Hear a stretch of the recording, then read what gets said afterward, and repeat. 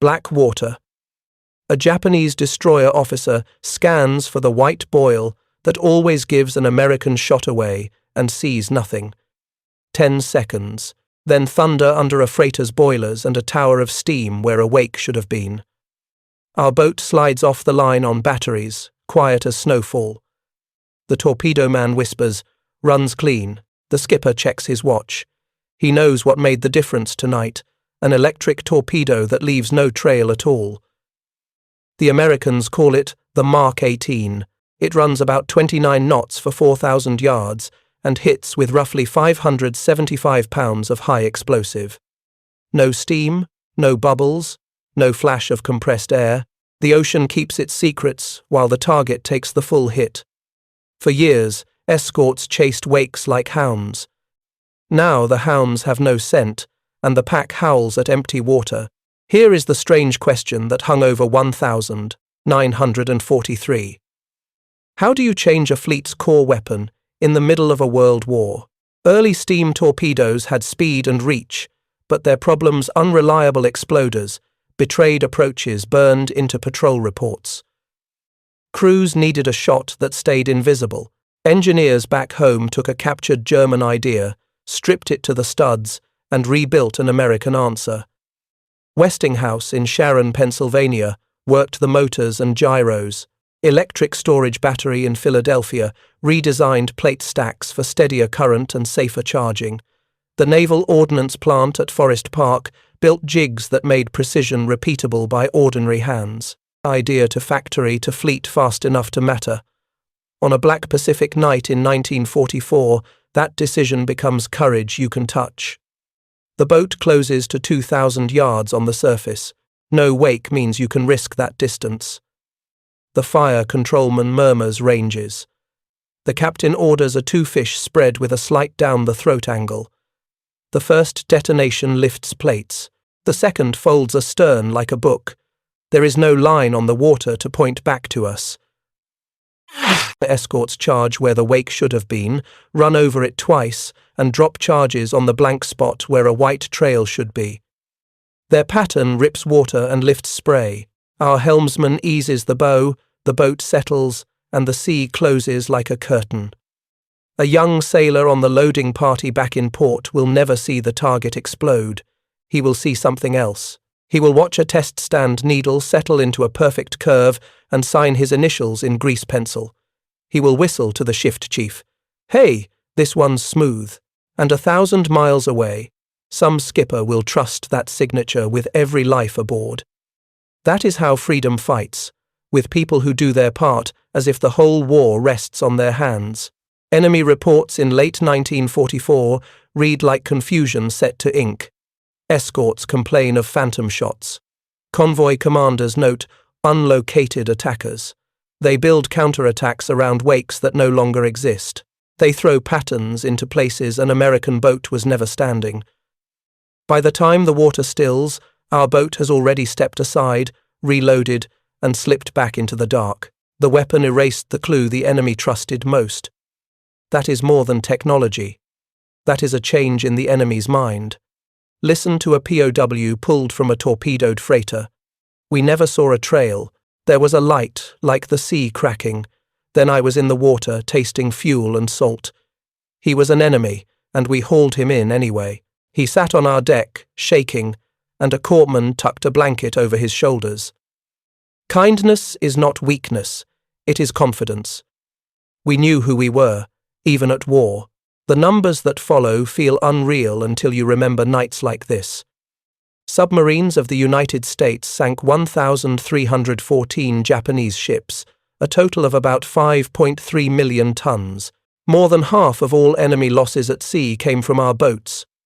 A battleship, 8 carriers, 11 cruisers, tankers that fed factories, Marus that carried rice and ore. The ledger reads, cold, but every line was a human choice. Close the range, fire the shot, slip away, try again tomorrow. The Mark 18 did not erase skill, it rewarded it. It let bold captains press in and live to press again. A chief torpedo man kept a tiny notebook in his shirt pocket. He wrote, "Steam had a voice. This one whispers." He was not a poet, he was an American worker with grease under his nails who understood what had changed. The ocean used to talk when we shot, now it stayed quiet. That silence saved lives and sank ships. It turned patrol areas into hunting grounds built on doubt and fear for the other side. What happens when a free people face a problem? They argue, they test, they build. They fix what is broken and do it in months, not years, because sons are out there in danger tonight. By 1945, 2 out of every 3 torpedoes our submarines fired were Mark 18 seconds. Think about that pivot. A whole arm of the Navy shifted weapons mid-war and did it so well that the new shot became the default choice. Supply officers changed orders, schools changed lessons, boats changed habits. That is not an accident. That is a culture that trusts workers and officers to speak plainly and fix things quickly. A wooden pallet, a captured German G7E electric torpedo, sits under a tarp in a U.S. warehouse. Salt still in its seams. An ordnance officer cuts the lashings and says one sentence that sounds like a verdict. We can do this better. Engineers tear into the casing, sketch wiring runs, trace battery plates, and argue over brushes and seals. The idea is not theft. The idea is competitive speed. The Germans built a useful electric fish. America will build one we can mass produce, repair in the field, and trust on a boat that has to live by it. The question hits like a hammer. How do you turn a captured concept into a weapon for every fleet boat? The answer is the American system in motion. Westinghouse in Sharon machines motor parts until the tolerances hum. Electric storage battery in. Philadelphia punches new plate designs for steadier discharge curves. The Naval Ordnance Plant at Forest Park builds jigs and gauges, so a worker on her first week can check a gyro with the same fidelity as a master. It is not magic, it is process. It is the arithmetic of free people who plan, argue, and then deliver. Production is not a number on a chalkboard. It is second shifts and hot coffee. It is paper tags, torque wrenches, and foremen who know every name on the line. Roughly 9,000 Mark 18 seconds will move from benches to boats. They ride rail cars to the piers like piano crates, heavy and quiet. The crates open, the warheads come out, and some 19-year-old torpedo man learns the ritual of connecting battery leads in the soft red light of a forward room. He has a manual with grease-resistant pages. He has a chief who learned on the last patrol and teaches with a steady hand. No wake means new tactics. A skipper who once feared his own trail can now press closer. He aims for 2,000 yards, even 1,500 if the sea is gentle. He fires not to make a showy track, but to make steel, meet steel, before the enemy knows he is there. 29 knots over 4,000 yards is not the fastest fish in the ocean, but it is fast enough when surprise is total. Surprise is a force multiplier. Surprise lets a smaller hunter dominate a larger herd. A machinist mate back home writes to his brother on patrol, "We made a good one today." Bearings sang sweet. Tell the ocean to be ready. The letter rides out with a pallet of parts. Somewhere, on a moonless night, a motor starts from that pallet, and a ship explodes. The machinist will never know which ship or which ocean. He will know only that his hands mattered. That is the American way, anonymous excellence made public by results. Enemy commanders cannot fix what they cannot see. They drill lookouts on wake spotting and build attack patterns around bubble lines. The Mark 18 kills the line. Escorts guess wrong, on bearing. They choose the wrong depth. They fill black water with anger and steel and catch no one. Time is oxygen in a fight. The minutes they waste on ghosts become minutes our boat uses to reload and fade away. In 1944, the Mark 18 accounts for about 30% of submarine shots. In 1945, it is about 65%. Think about what that means. A navy at war changed its mind, shifted its supply, trained its men, and made the electric the standard. That is not a committee victory. That is a nation making a decision at speed because sailors' lives depended on it. The old steam fish still had jobs. The new electric took the center of the stage. A Japanese survivor pulled into an American wardroom, wraps his hands around a hot mug and says, "We always looked for the trail. There was none." He cannot hide the surprise in his voice, and he cannot hide the relief at being alive. Our corpsman checks him for shrapnel, cleans a cut, and gives him a blanket. Mercy is strategy too. Mercy says we are strong enough to be kind, even to enemies, and it reminds the world which side is fighting for a future worth living in. Here is a hard truth that makes the whole story sing. Technology without production is a science fair. America turned a single captured device into thousands of reliable weapons, then into a doctrine, then into results. Submarines sank more than half of Japan's ships lost in the war, 1,314 of them, 5.3 million tons, a battleship, 8 carriers, 11 cruisers. The world called it the tonnage war. We called it doing our job. The best part is simple. The men who made it happen never asked for applause. The toolmaker who set the jig, the inspector who stamped accepted. The sailor who greased the contact ring, every one of them pushed the same rock uphill. Freedom gives ordinary people a reason to reach.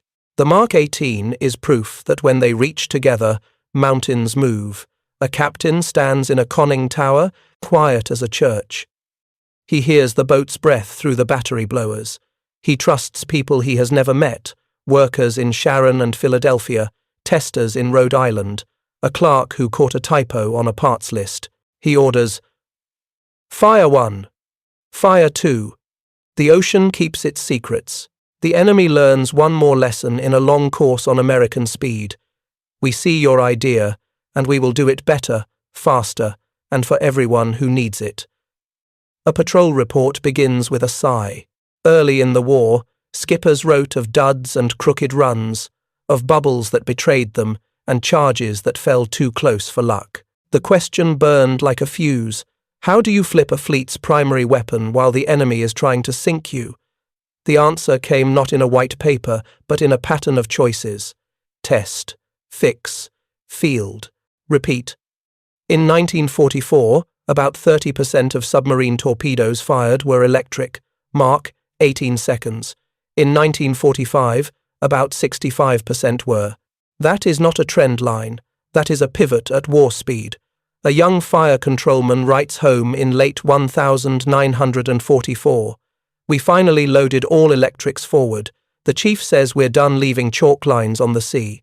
He means wakes, he means fear. No wake meant a new way of driving a boat and a new way of attacking a convoy.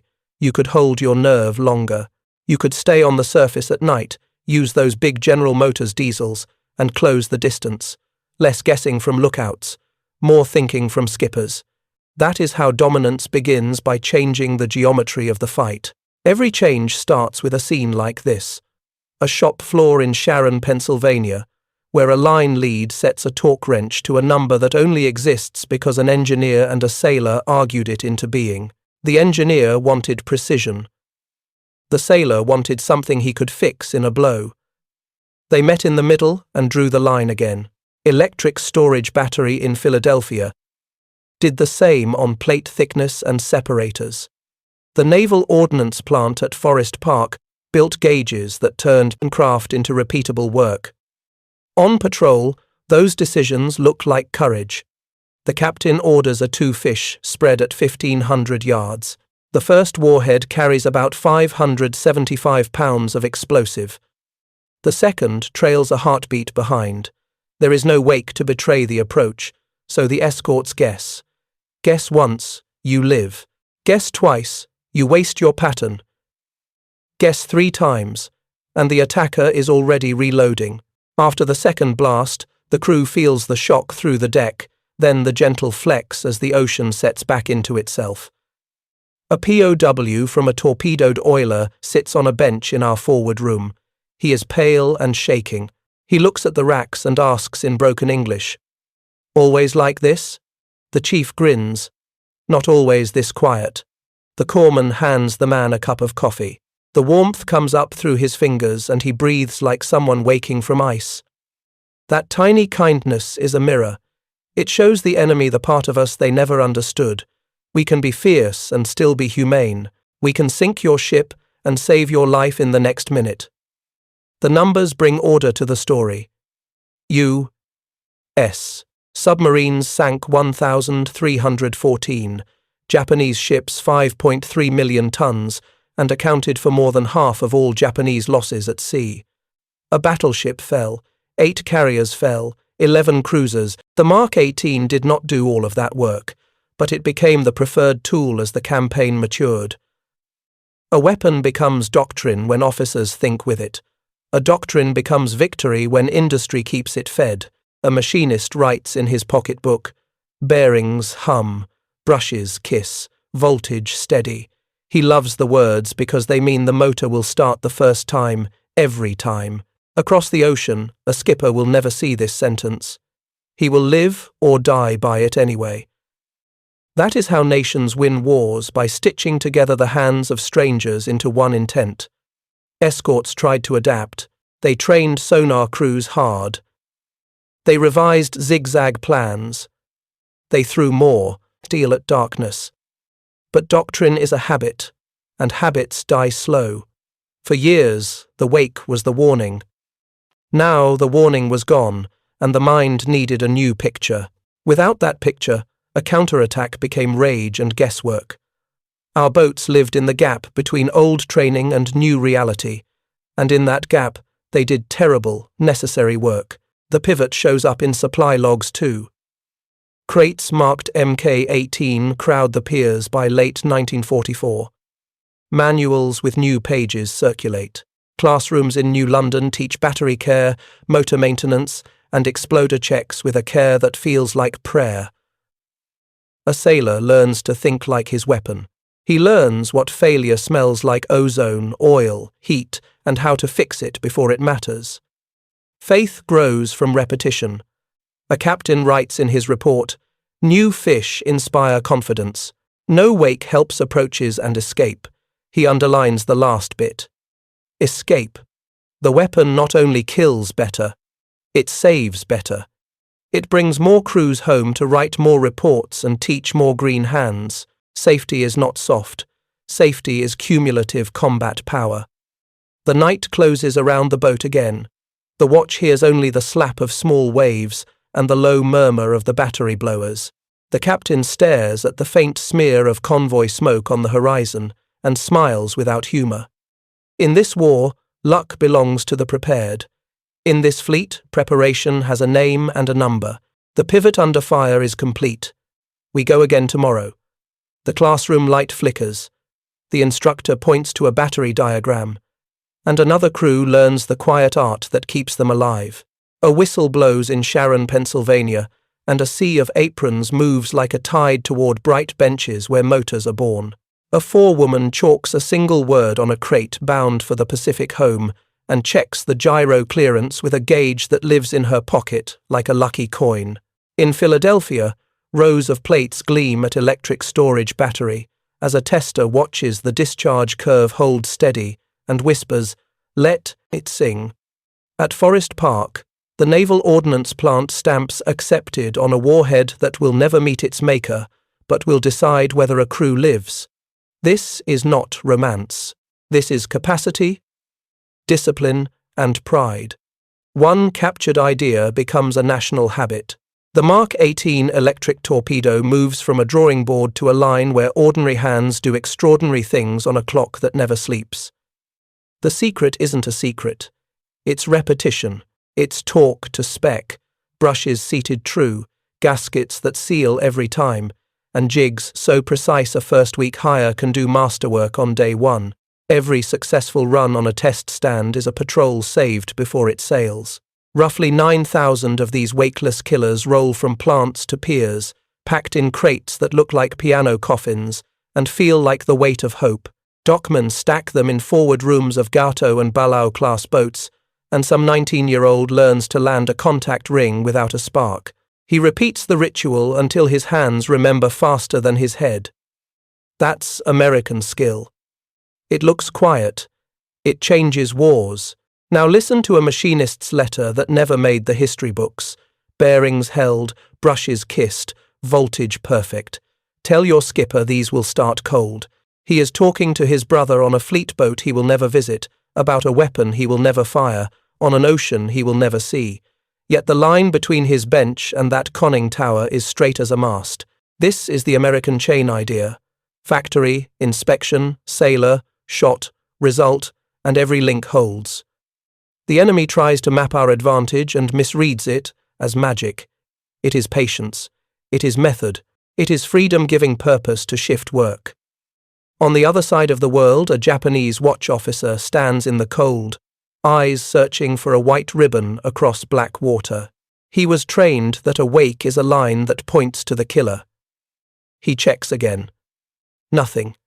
The convoy commander turns hard and drops a pattern on where he thinks a steam trail began. He is fighting the last war. Our workers at Westinghouse and ESB taught us how to fight the next one. The Mark 18 erases the clue the enemy trusts most. That is why you can hear the ocean breathe when we shoot. The motor's hum is a secret between the boat and the target. Then the warhead speaks, and it speaks in steel. The numbers that prove it would look unbelievable if they weren't on official sheets. Submarines will account for more than half of Japan's losses at sea. 1,314 ships, 5.3 million tons. A battleship, 8 carriers, 11 cruisers. Those are not myths. Those are audited totals from men who counted hulls and tonnage, cross-checked reports, and took nothing on faith. And as the campaign matures, the share of electric shots rises about 30% of submarine torpedoes fired in 1944, about 65% in 1945. That is a fleet's mind changing as fast as factories can feed it. America did not just keep up. America pulled ahead so far the enemy saw only our wakes vanishing into the dark. And then, with the Mark 18, not even that.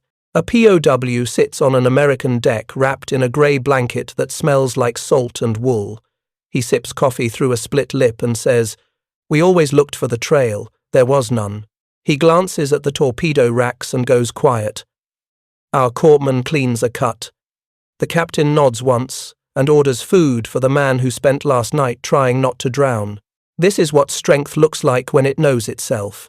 We build the weapon. We wield it without apology. We help the survivor. Mercy becomes a message. We are not you, and that is our advantage too. A small, astonishing truth sits behind the big headlines.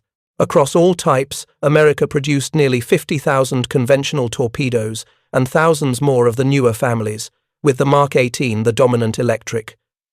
That is not a brag. That is a ledger. Factories, once making washers and motors, now make detonators and rotors. The country bends without breaking. A foreman signs a work card with a grease pencil, grins at the second shift coming through, and says, "Same again." He means excellence. He means the curve on the chart goes where it should because the people in this room show up, argue, fix, and deliver. The enemy's shock is not only on the bridge, it is in a factory office in Kure where a clerk reads a loss report that will ruin a month of schedules. A tanker is gone. A freighter is gone. The ore will not arrive. The furnaces will cool. The next convoy will sail with fewer escorts and more fear. That fear is the true product of the arsenal of democracy. Our factories made torpedoes. Those torpedoes made doubt. Doubt made room for our boats to approach again. The last crate is stenciled for loading. The forewoman wipes chalk dust from her fingers and writes a line on the wood. For the guys who can't miss tonight, the car door slams, the whistle blows, the plant breathes out as the train pulls away. Across an ocean, a conning tower rises out of spray, a captain finds his line, and a motor built in a small American town begins to turn. The wake will not show, the target will. They load 2 electrics forward like upright pianos, then dog the hatches and let the red lights settle into a war's hush. A Gato-class boat moves at 10 knots on the surface, diesels rumbling low while the sky shows no moon. The skipper stares at a smear of smoke on the horizon and makes a choice that would have been crazy 2 years ago. Close to 1,500 yards. He is counting on one thing: the Mark 18 leaves no wake. No bubbles. No white scar to scream shooter. The fire control party feeds bearings. The TDC hums. The captain picks a 2-fish spread slightly down the throat of the lead freighter because surprise covers for speed. 29 knots is enough if the target never knows. He breathes in the smell of hot oil and battery ventilators and says, "Fire." The boat shifts under the light recoil. It feels like a heartbeat. In the second between launch and detonation, the sea is a stage with nothing on it. Then the boom rolls through the hull, and the world turns to steam. The enemy was trained to read wakes. Lookouts scanned for that spoon-white line and shouted its bearing like a fire bell. Escorts turned, plotted, and attacked along that arrow. Our electric fish erases the arrow. Now escorts guess. Guess wrong and drop charges on yesterday's doctrine. Guess twice, and you are buying our boat time for a second salvo. Guess 3 times, and you are throwing money into a hole. That is how a technical change becomes a tactical revolution. It is not just that an electric leaves no bubbles. It is that human minds trained on the old clues cannot keep up when the clues vanish. We did not beat fools. We beat professionals with the wrong map. The details matter. A Mark 18 carries roughly 575 pounds of HBX and can use contact or influence exploders. Crews check exploders like devout men check prayer beads. They run battery conditioning cycles by the book. They log temperatures and voltages. They babysit, brush wear, and sight the gyro like jewelers. The chief torpedo man taps a gauge with a knuckle and tells a new hand, "Voltage steady is life." The boy nods. He will repeat that sentence to someone younger on the next patrol. Because that is how the quiet knowledge moves. A Japanese sailor pulled from a flaming freighter sits in our mess nursing burned hands and a cup of lukewarm broth. He whispers, "No trail, only light underwater." He cannot believe the sea gave him no warning. He cannot believe the men who sank his ship are the same men handing him food. Our radio man slides a blanket across his shoulders and says nothing. Mercy in a war room makes a particular sound, a chair scraped back to make space for someone who was your enemy 5 minutes ago. It is not theatre, it is culture. It is the American habit of seeing a man first and a foe second once he is out of the fight. The tactic that follows the tool is simple and lethal. Close more, fire later, turn away sooner. If you do not paint the sea with your own trail, you can live inside the convoy's skin. The first hit breaks formation. The second hit makes panic. The escort charges where the wake should be and lays a pattern that lifts water and finds only fish.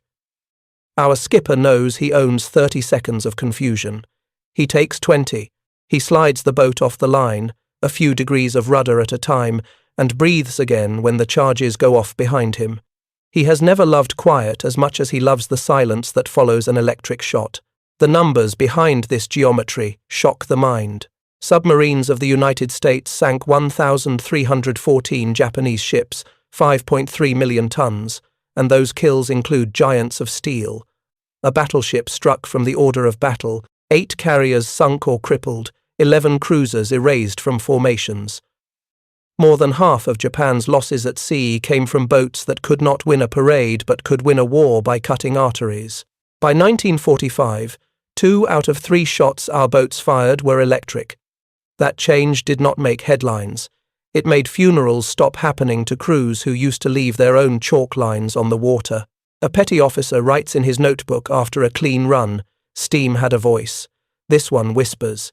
He means the old wake hissed like a judge. He means the new motor hums like a promise.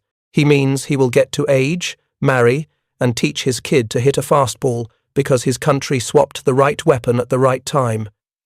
The enemy learns slowly, and then learns despair. A convoy commander marks positions with China graph and realizes his assumptions are broken. He keeps hunting wakes that do not exist. He keeps telling sonar men to hold bearings that are already lies. He watches escorts run hot and cold and come up empty. He knows what that means for factories, and ration cards, and 1,000 kitchens far from this dark sea. A last image to hold, a loading party in port, sleeves rolled, sweat on their foreheads as they move another electric into the forward room. The chief calls for care on the warhead lugs. The kid on the handling line grunts, finds his grip, and smiles when it sets true on the rails. He slaps the casing like a teammate's shoulder. He doesn't need a speech. He needs the ritual done right, again and again, so a captain out there can step inside the convoy's ribs, fire invisible, and come home. A stateside inspector stamps accepted on a warhead while a siren calls the night shift, and the floor boss wonders a brutal question that decides lives. Can quality keep pace with quantity when sailors are betting everything on what we build? The problem is not abstract. Boats are out there tonight. Their skippers are choosing to close in tight because they believe a wakeless torpedo will keep them alive. If a brush fails, or a seal weeps, or an exploder lies, men drown and families get telegrams. So the country answers in the only way a free nation can, by building a system that makes good, repeatable, fast. The revelation is the proof in the numbers. In 1944, about 30% of our submarine shots were Mark 18 electrics. In 1945, about 65% were. That is a weapon going from new to standard at wartime speed without losing its edge. Factories scaled, and the boats trusted what came in the crate. On a classroom wall at New London, an instructor points to a battery diagram and makes sure every man in the room can read a discharge curve like a road sign. He says, "Gentlemen, steady is safety. The torpedo is a chain. You are a link." In the forward room of a Palau-class boat, a chief teaches a kid to feel a bearing through a handle, to sense when a gyro is singing, to stop and fix before pride ruins lives. That is how quality outruns quantity, by making every worker and every sailor a quality inspector. Westinghouse keeps motor tolerances tight in Sharon. ESB in Philadelphia solves for plate life and uniform output. Forest Park builds jigs and gauges that erase luck. The Mark 18 is not a miracle. It is good work multiplied. A Japanese merchant captain stands in a harbour office reading a list of ships that will not return. He knows what every line means. Less coal, less steel, less rice, less hope. He circles a tanker's name and taps the page until his finger hurts. No wake, he says. He has heard the rumours. He has seen the result. Ships struck with no warning in calm seas, escorts lost in guesswork. His enemy's weapon has erased the clue his doctrine needs, and he is too honest a seaman not to admit it. He sends a message that will not save him. Increase zigzag, keep sonar on, pray for weather. He needs a new world. He has the old one. An Allied POW tells a Navy debriefer about the night his transport went down. He says, "I never saw a trail. Just light underwater and heat like a furnace door opening. American sailors hauled him aboard, set him by the galley, and gave him vanilla ice cream from the cold box because mercy is a habit even at sea." He cries. He cannot name why. The galley hand shrugs and says, "You're alive, friend." The numbers keep their own mercy for our side. Submarines sank 1,314 ships, 5.3 million tons, more than half of Japan's war losses at sea. The Mark 18 did not sink them all, but by 1945 it was the dominant hand on the table. That is not luck. That is production, married to training, married to nerve. Back home, a clerk adds up totals that look like fiction until he checks them twice. Across all types, America produced nearly 50,000 conventional torpedoes and thousands more of the newer families. The electric program contributes roughly 9,000. The clerk knows none of this will make headlines, but he closes his ledger with a private smile because he understands the chain. He drinks burnt coffee, rubs his eyes, and files the forms that keep the trains moving. Anonymous acts of diligence become victory. On a night patrol, the boat owns the darkness because the torpedoes give no trail. The captain sets up a down-the-throat shot at short range to break a convoy's heart. He listens for the motor and hears nothing but the boat's breath. He calls, "Fire 1, Fire 2. He orders a turn away before the first detonation and rides the pressure wave like a surfer riding a black wall. The escorts charge the place the wake should have pointed. They throw good men and good steel at a puzzle without an answer. Our boat carries on with a second attack, because the first did not cost visibility the way steam once did. That is the payoff of quality meeting quantity, the freedom to act again and again until the job is done. A sailor scratches 5 words on a bulkhead in pencil, where no inspector will ever look. We choose silence and skill. He has seen what the old world looked like. He prefers the new one. He knows the teachers at New London, the workers in Sharon and Philadelphia, the inspectors at Forest Park, the clerks and teamsters and yardmen, all carry him forward. He plans to get old, to sit in a lawn chair with a grandkid on his knee, because strangers he will never meet did their work at a standard that kept his name off a wall. The enemy's shock has a final shape, a convoy commander staring at his chart after the third attack, realizing his doctrine is a compass that points nowhere. He understands that the fight is not only ships and guns, it is factories and schools and habits. It is a nation's character under stress. He whispers to his exec, "They are making these faster than we can learn." He is not wrong. By the last year of the war, 2 out of 3 American submarine shots are electric. The ocean no longer tells on us. Pins stick into a wall map, and red thread runs from Truk to Yokosuka, while the room smells like burnt coffee. A staff officer circles a convoy lane with a flat pencil and says, "This is where they bleed." He means shipping. He means fuel, rice, ore, everything that keeps an empire alive. And he means who is doing the cutting. American fleet boats, small crews with big nerves, turn lanes into ambushes, and ship names into numbers on a final sheet. A destroyer listens for the old clue, the spoon-white trail of a steam shot, and hears only the slap of waves. The old world is gone. Call it what the records call it, the tonnage war. Our submarines fired about 14,750 torpedoes and sank 1,314 Japanese ships, 5.3 million tons, more than half of all enemy losses at sea. A battleship fell. 8 carriers went under or never came back. 11 cruisers that once flew battle flags now sleep under coral. These totals feel unreal until you put them beside knights and names, Harder under Commander Sam Dealey pressing in against escorts, Barb under Lieutenant Commander Eugene Fluckey firing bold and fast, Tang under Captain Richard O'Kane, using the new electric shot like a scalpel. Numbers become faces. Faces become a campaign. Listen to the human proof.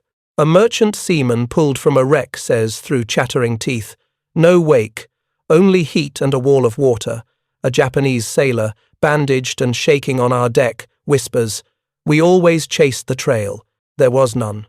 A chief torpedo man pats his rack like a teammate and tells a green hand, "Quiet is kind to us. Those lines aren't poetry class. They are how war feels when the clue the enemy needs is gone." The geometry changed because the wake disappeared. Escorts trained for years to spot that white line, to read its angle, to backtrack to a shooter. The Mark 18 erased the arrow. At night, on the surface, a gato or balao could slide in closer, sometimes to 1,500 or 2,000 yards, fire a 2-fish spread, and turn out while confusion bloomed.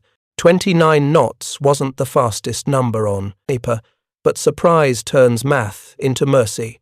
With a 575-pound HBX punch and a gyro you could trust, a captain could take more risk and still come home. Boldness and engineering shook hands.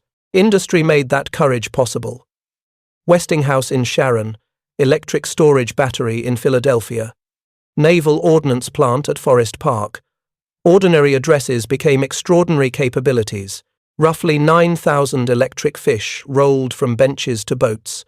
passed by inspectors who knew their stamp meant a crew might live. The phrases that sit dry on a page, lack of wake, steady discharge, contact or influence, turn into scenes you can see. A red-lit forward room, careful hands on a contact ring, a chief murmuring, voltage steady as life, enemy shock shows up in their paperwork, convoy after convoy reports attacks from nowhere, escorts make honest professional guesses and charge the wrong bearing, depth charges bloom like angry flowers over empty water while our boat is already sliding off the line to set up again. Resistance doesn't fail because they are fools. It fails because their doctrine needs a sign that no longer exists. When you erase a sign like that, you don't just hide yourself, you make the other man doubt his own eyes. The numbers mount while the food and fuel shrink. With tankers and freighters going down month after month, factories run on fumes and towns grow hungry. The sea is not only a battlefield, it is a warehouse aisle. Our boats knock items off the shelf faster than the empire can restock. That pressure rolls down onto every soldier and sailor wearing the rising Sunday. When an escort commander radios, "No wake observed, attack assumed electric," he isn't passing rumor. He is putting a hard new truth into the log. A POW from a torpedoed oiler tells a U.S. interrogator, "We thought your submarines were a few wolves." Then he points a wrapped hand at the chart and says, "It was the forest." That's how dominance looks up close. Not loud, not showy, relentless. The American way of war is a mix of engineering humility and human nerve. Humility says test, measure, fix, repeat. Nerve says close to 1,500 yards at night because your weapon won't betray you. They stack electric fish like upright pianos, and the forward room smells like oil and canvas and a little ozone. A petty officer touches the casing and says to the new kid, "Listen for the hum you don't hear." That is the paradox that saves them. The Mark 18 leaves no wake. It carries roughly 575 pounds of HBX and runs about 29 knots for 4,000 yards, but the enemy never sees the shot. The ocean keeps its poker face while the target takes the blow. In the last year of the war, 2 of every 3 torpedoes our submarines fire are electric. That is not a footnote. That is the center of the story. A boat sails from Midway with a mixed-load steam in the afterroom for special needs, electrics forward for the work of the night. The skipper briefs the crew in a voice rubbed raw by long watches. He says, "We close long, we shoot late, we don't paint the sea." He taps the TDC and the men grin because they know what he means. Wake was once a price you paid for speed. Tonight they pay no such price. The attack plan fits the tool like a hand fits a glove. They will slide in tight, aim for a down-the-throat or a 90-degree track, and trust that the first blast will break the convoy's thinking. Consider a patrol you can smell, night air wet as rope, diesel breath faint in the wind. The skipper waits until the angle sings true and says, "Fire 1, fire 2. The boat shifts, light as a shrug, 10 seconds. 15. A thud like the world hiccuped. The target rolls and the escorts begin to hunt the place the wake should be. They do not find it. They find only black water and their own fear. The human side is what makes the numbers breathe. A Japanese steward pulled into our wardroom after his ship goes down stares at the coffee, then at the ice in a tin bowl, and whispers, "I did not know you had such things on ships." The cook smiles and says, "We carry a little America with us." A U.S. sailor writes his wife from Pearl, "We shoot the quiet ones now. The sea doesn't tell on us." Another notes in his log, "Confidence is climbing with these." He means the electrics. He means living through another patrol. The enemy's shock is a lesson plan in reverse. Convoy doctrine, assumed awake. Gunnery tables, assumed awake. Eyes and hands and habits had been built around a white line on water. Remove that line and you remove the compass. Escort captains, brave and competent men, turn at ghosts and drop patterns on memories. The attacker is already stepping aside, trimming depth, thinking about the next lead. This shift shows up on paper you can file in a drawer. In 1944, about 30% of our submarine shots are electric. In 1945, about 65% are. That is a fleet changing its mind and its method, and an industry feeding that change without a break in quality. Westinghouse keeps motors within hair-thin tolerances in Sharon. Electric storage battery in Philadelphia delivers plates with discharge curves. A teacher could draw on a chalkboard, and a sailor could trust in a storm. Forest Park stamps accepted on crates that ride rail cars to piers where boats load tonight and sail at dawn. There is another piece you must see to understand why this was decisive. The electric does not simply hide the shot, it buys time. Time to turn away before the first detonation and live through the pattern. Time to load again for a second strike while the escorts are charging the wrong place. Time to stay in the fight long enough to break the heart of a convoy, and, by extension, the plan of a nation.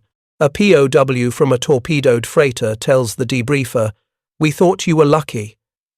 Then he shakes his head. He says, "Not luck, system." He is right. What looks like luck when you are swallowing fuel and salt is really process stretched across a continent and a fleet. It is workers who tighten a brush spring right, teachers who drill battery care, chiefs who catch a sick bearing by feel, and skippers who risk exactly what the tool allows. Luck wears coveralls in this story. The result is bigger than any one patrol. Shipping dies by inches that add up to miles. Every tanker we send understarves a factory. Every ore carrier we break starves a mill. The empire begins to live on rationed hope. Our boats go out again and again with the quiet ones forward and the old steamers aft like a memory. When the story is told later, the word electric will sound technical. Out there it meant living to make another attack, and making another attack meant the war ended sooner for everyone on both sides. A lab tech in Philadelphia watches a test cell glow a steady orange and writes 3 words on a clipboard. Voltage holds steady. Across the shop, a Westinghouse inspector in Sharon turns a shaft between finger and thumb and feels for the whisper that says a bearing is right. At Forest Park, a gauge slides over a fin like a ring on a finger and stops at true. These hands will never meet, but they are building the same thing, trust. Trust in a weapon no one will see when it is working and everyone will notice when it fails. Trust is how you turn a captured idea into a national edge. A question sits on the table like a live thing. How do you scale precision without losing soul? The revelation comes in both paperwork and people. Paperwork says the electric share of our submarine shots rises from about 30% in 1944 to about 65% in 1945. People say the quiet ones forward became the default, and the boats kept living through nights that look impossible on a chalkboard. America does not just invent. America repeats invention with quality until it becomes habit, and habit becomes victory. A chief instructor at New London taps a battery diagram with a pointer and tells a class of bleary students, "Gentlemen, steady is safety." He makes them run conditioning cycles, read discharge curves, and log temperatures until the motions melt into muscle memory. In a forward room at sea, a petty officer checks a brush spring and tells a kid, "Feel that?" That's right. The kid nods and tries again with the confidence of a man who knows the teacher won't let him pass until he can keep his shipmates alive. This is how a fleet learns, one student, one gauge, one standard at a time, until the standard is the culture. The enemy is not dumb, he is brave and trained and deadly, but he is locked into a picture that no longer exists. He wants a white line on black water. He wants a bearing you can point at. We took it away. Now he faces escorts that turn toward ghosts and depth charges that shred nothing useful. Doctrine without a clue is just hope, and hope does not sink torpedoes. The men whose names you know make this shift visible. Captain Richard O'Kane tightens the elastic band between nerve and method, pressing attacks that rely on stealth more than steam. Lieutenant Commander Eugene Fluckey shows what it looks like to treat surprise like a supply you can spend and spend again. Commander Sam Deely proves that even against escorts, a bold skipper with a quiet weapon can break the enemy's plan. They are not magicians. They are users of a tool built by people you will never read about who signed off with grease on their hands. A POW stares at a wardroom light, warm and steady, and says, "We did not expect kindness." A sailor shrugs and pushes a plate across the table.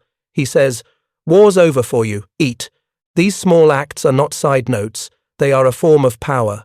They say we are so confident in what we can do at sea that we do not have to hate a man once he's out of the fight. The contrast is a weapon all its own. It tells every survivor that America is a different kind of force. Industry's part in this story reads like a machine log written by saints of patience. Westinghouse keeps the motor tolerances where they belong, week after week, shift after shift. Electric storage battery sends plates that match the curve so often a teacher could draw it from memory. Forest Park stamps accepted on crates until the ink feels like part of their hands. Across the war, America turns out nearly 50,000 conventional torpedoes and thousands more of the new families. Within that flood, the Mark 18's roughly 9,000 pieces matter because they are the right answer to a specific problem. Stop telling on yourself when you shoot. The captain on patrol turns that theory into survival. He waits to shoot until the angle is perfect, because surprise has replaced raw speed as the main killer. He turns away before the first blast to live through the pattern. He sets up again, quicker than the enemy can reset his mind. By the time charges thunder in the wrong place, the next salvo is already on the rails. This is the loop that starves a nation. Approach unseen, strike, step aside, strike again. A Japanese convoy commander writes in a cramped hand, "No wake observed in any attack, enemy believed using electric." He underlines electric twice. His radar shows the weather. His sonar shows pings. His doctrine shows the past. He needs a clue he will not get.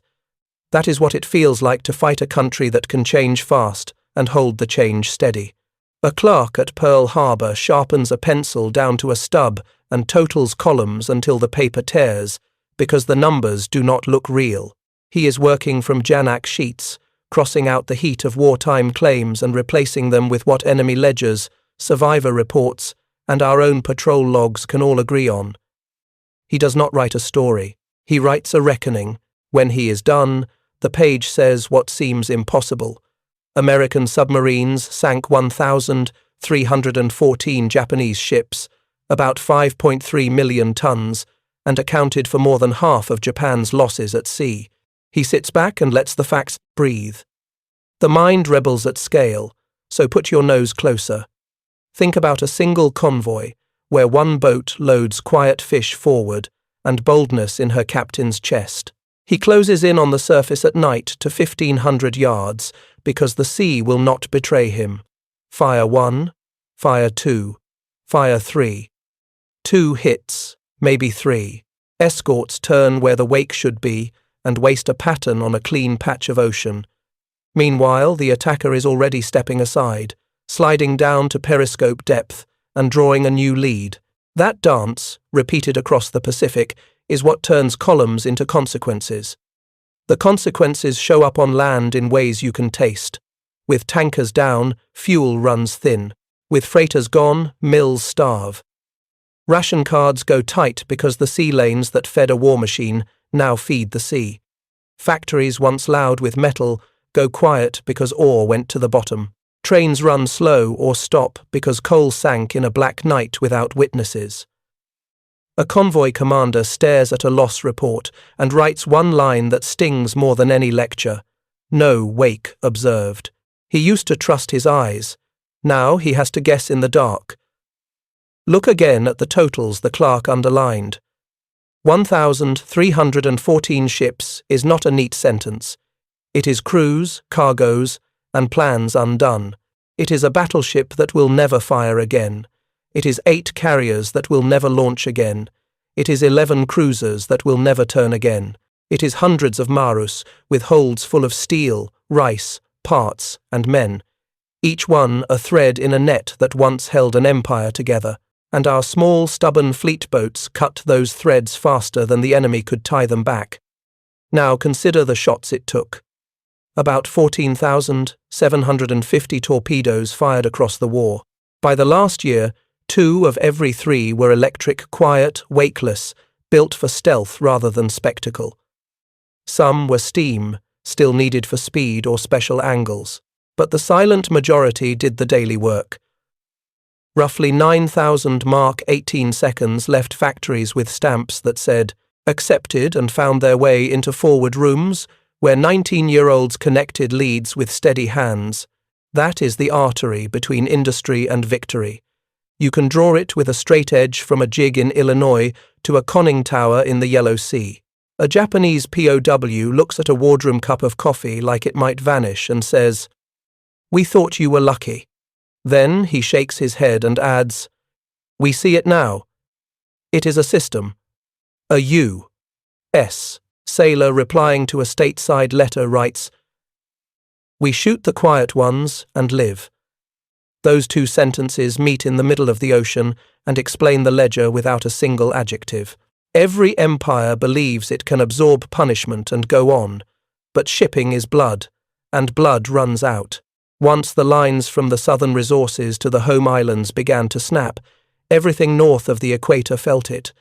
Pilots without fuel are people in uniforms.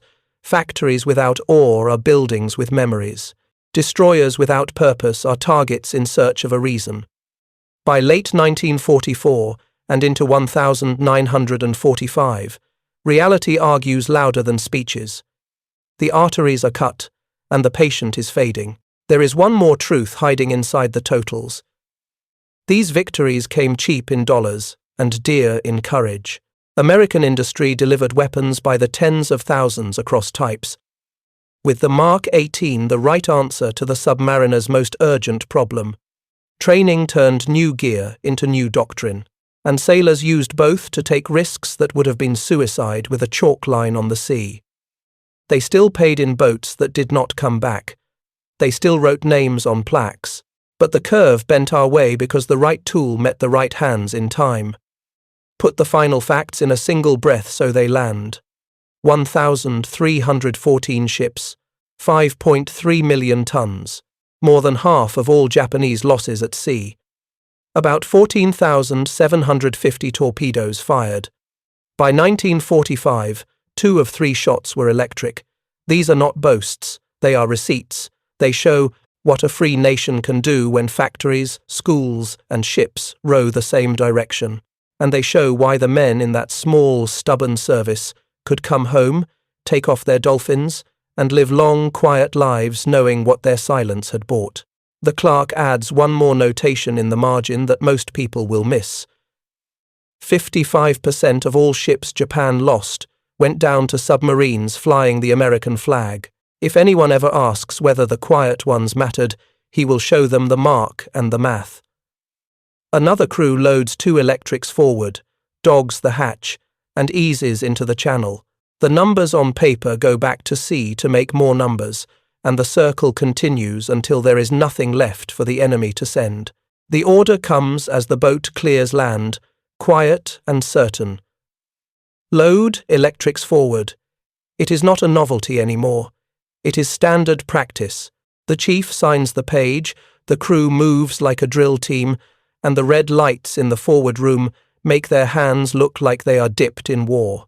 2 of every 3 shots they will fire this patrol will leave no white trail at all.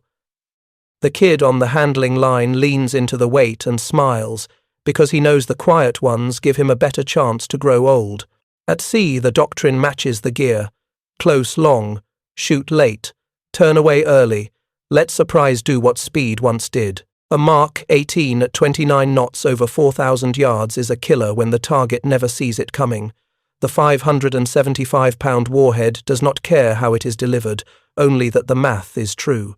The captain makes the math true and gives his crew 30 more birthdays to spend. The electric revolution is not without shadows, and honest history keeps them in view.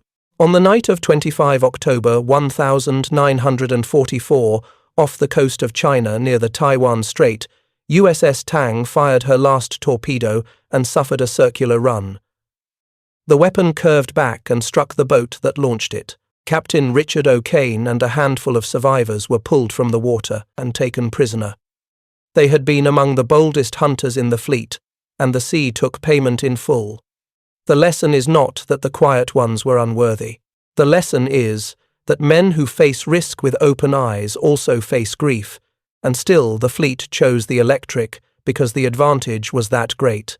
A survivor from a torpedoed freighter sits in our mess holding a chipped mug with both hands and says, "No wake, no sound, only light from below." Our cook spoons ice into his drink because kindness is a reflex. A radio man writes home that night, "We use the hush fish now. It feels like the ocean is on our side." A chief writes on a chalkboard for the next patrol's class, "Voltage steady is life," and underlines life twice. The boat goes back out with the same quiet faith. The enemy keeps trying to learn, and we keep changing the test. Convoy commanders add zigzags and cut speed. Escorts listen hard and throw steel down the bearing of a guess. But doctrine built on a white trail stays lost when the water stays clean, and the clean water is our work. We erased the arrow that pointed to us, and now every counterattack begins with doubt. The piles of receipts at home are not romantic, but they are the bones of victory. Nearly 50,000 conventional torpedoes across types, thousands more of the new families as the war matured. Within that flood, roughly 9,000 mark 18 seconds, each with a history number and a set of initials from a worker who signed off with pride. Inspection stamps are not poetry, but they read like vows. Accepted means, "A crew you will never meet can trust this machine when minutes matter." The skipper on a black sea makes that trust look like nerve. He lines up a down-the-throat shot because the night and the weapon let him. He fires late and turns hard, diving to periscope depth before the escort can guess where to throw the first pattern. He hears the charges go off behind him and thinks about a factory he has never seen and a bench he will never sit at. Then he orders reload forward and sets up again on the lame duck, trying to crawl out of the convoy's ribs. A Japanese officer writes in his log after another attack, "Wake not sighted, electric suspected." He is not superstitious, he is practical. He needs a new map and does not have one. His escorts come back angry and empty, brave men with wrong tools. He circles losses in grease pencil and wonders how long the tank farms can hold. The Mark 18 did not make heroes. It gave heroes the tool they deserved. When the electric became the standard shot in 1945, it meant that a nation had listened to its sailors and fed them what worked. It meant instruction caught up with invention and supply kept pace with both. It meant fewer wakes to betray you, more seconds to slip away, and more chances to strike again before dawn. Hold one more small scene as the chapter closes. A pier at Pearl, a crate chalked with a first name, and a city, Cleveland, maybe, or Bakersfield, because someone on the line wanted a little piece of home to ride along. A boatswain's pipe trills, lines slap, and the boat eases into the fairway. The chief points to the forward room and says, "The quiet ones save lives, boys," and the crew says, "Aye." They know what the numbers on the wall say. They also know what the wake does not say anymore. 2 of every 3 shots will leave no scar on the water and a deep hole in the enemy's plan, and that is why they will come home. On the chart table, the coxswain taped the names of boats he admires: Barb, Harder, Trigger, Seahorse, because legends teach even from a distance. He knows some used steam when speed mattered, some used electric when stealth ruled, and most mixed their loads like craftsmen picking the right tool. But the late war habit is plain: electrics forward, return for the cut. It is a sequence learned in classrooms, proved at sea, and written in ledgers none can erase.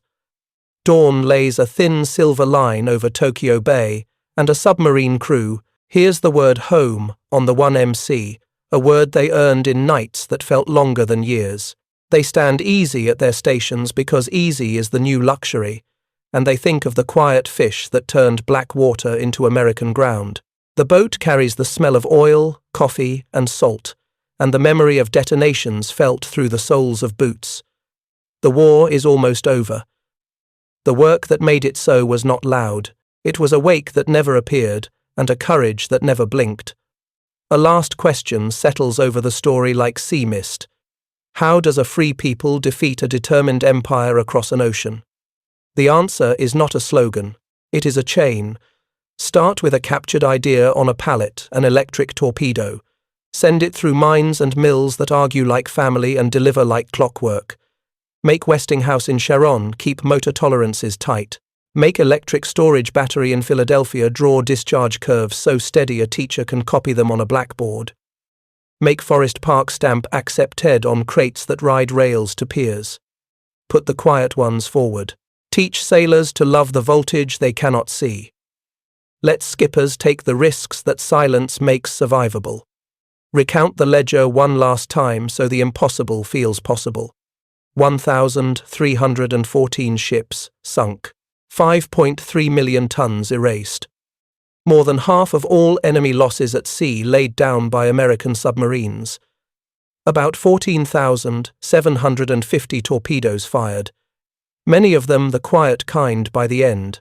In 1944, about 30% of shots are electric. In 1945, about 65%. Roughly 9,000 Mark 18 seconds made and accepted, each one a promise kept by hands you never met. These are not decorations for speeches. They are the receipts of reality. A Japanese officer in a convoy writes, "No wake observed," and hears his own voice go thin.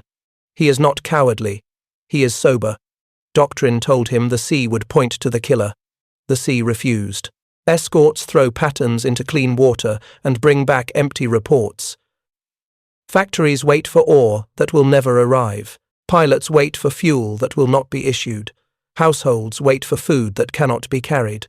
A nation makes new plans on old maps and watches the roads end at the shoreline. The American side of the ledger has faces. A forewoman in Sharon writes home on a crate with chalk and pats the lid like a mother fixing a collar. An ESB tester in Philadelphia whispers, "Let it sing," when the trace holds true. A Forest Park inspector stamps accepted and rubs his forearm where the stamp bites through the glove.